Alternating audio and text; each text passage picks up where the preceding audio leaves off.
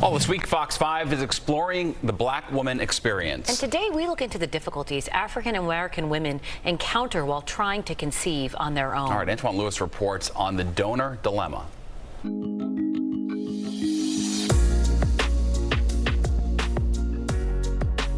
I'm divorced, so I didn't have children in my marriage, but I didn't want to give up on having family. Why should I? And faced with those odds, Tracy Holland never gave up her desire to become a mother. She eventually decided to reach out to New Hope Fertility Clinic and the Cryobank to find a black sperm donor to give her the family she longed for. African American, of course, I want to keep with my heritage. I'm proud of who I am. And not even that, I want to keep within the scope of what my family looks like. You know? But Tracy was in for an awakening. The availability of black sperm was slim to nil. I had 4 options. That's not saying much in a 10-year span. It's just hard to get. They just aren't out there giving sperm. Dr. Michael Thomas is president of the American Society for Reproductive Medicine. Analysis published by the Washington Post in October of 2022 found that black men account for less than 2% of sperm donors at cryobanks nationwide. Research on the shortage found a common denominator to be generational medicinal mistrust within the black community, particularly among men. The thought process is that African Americans don't want to go to the doctor, don't want to participate in trials, don't want to donate anything unless they absolutely have to, unless there's a family member involved. I think it just goes to that. And that's why you see the numbers so low for African American sperm donors, even though there's a great need. Thomas's team at ASRM has created a task force to recruit African American men to become sperm donors.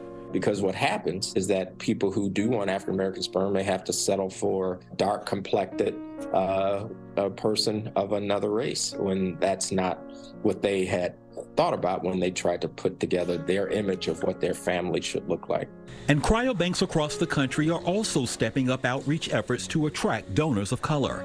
Scott Brown is Vice President of Strategic Alliances for California Cryobank, one of the leading sperm banks in the world. We've reached out to fraternities to have their members potentially apply and join our program.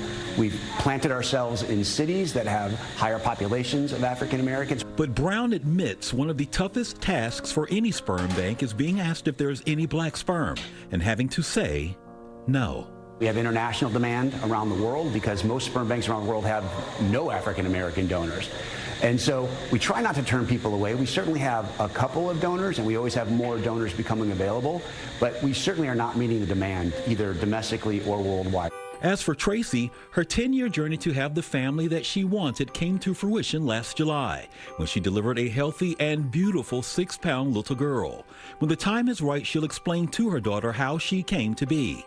But for now, Tracy is just looking forward to May and Mother's Day, which will finally be a dream come true. Kind of have a party, a big dinner. This time I'll be able to sit at the table, and instead of me treating my sister, treating my mother to dinner, now someone gets to treat me. Antoine Lewis, Fox 5 News. And tomorrow we continue to explore the black woman experience. Crystal Young takes a look at women choosing a child-free life, the rich auntie lifestyle. That is tomorrow right here on Fox 5. All right.